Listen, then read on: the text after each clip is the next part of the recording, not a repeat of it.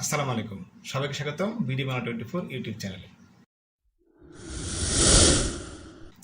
আজকে কথা বলবো বিশেষত যারা transfer job, specially government job, তারা মাঝে মাঝেই এক জেলা থেকে অন্য জেলা বা এক উপজেলা থেকে অন্য উপজেলায় যেতে হয়। তাদের বিশেষ প্রয়োজনে তার এই হিসাবটি ট্রান্সফার করতে হয় অথবা ক্লোজ করতে হয়।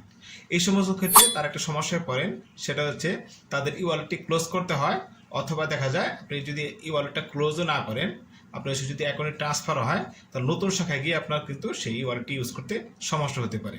এখানে অনেকে জানে না যে কীভাবে এই সিম্পল কাজটি করতে হয়।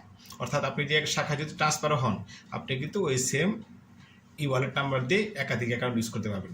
যদি আপনার একাধিক অ্যাকাউন্ট চালু থাকে একই আইডি দিয়ে, তাহলে সেটা আপনি একাধিক অ্যাকাউন্ট করতে পারবেন, চালাতে পারবেন। আর যদি মনে করেন না আপনি কোনো একটা অ্যাকাউন্ট ট্রান্সফার করে নিয়ে আসছেন, মনে রাখবেন কোনো একটা অ্যাকাউন্ট যদি ট্রান্সফার করে নিয়ে আসা হয়, তাহলে আগের অ্যাকাউন্টটি অটোমেটিক্যালি সেখান থেকে সফটওয়্যারে বন্ধ হয়ে যায়, কিন্তু ই ওয়ালেটে কিন্তু চালু থাকে। এক্ষেত্রে আপনি কী করবেন? এক্ষেত্রে আপনাকে জাস্ট নতুন যে অ্যাকাউন্টটি পেয়েছেন সেই অ্যাকাউন্টটি আপনি আগের মোবাইল নাম্বার দিয়ে অ্যাড করবেন।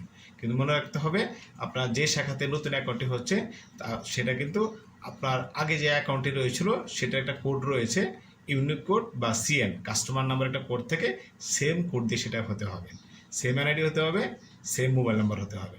তাহলে কিন্তু আপনি সহজেই আপনার নতুন অ্যাকাউন্টটি আপনি ইউজ করতে পারবেন আপনার সেম মোবাইলে।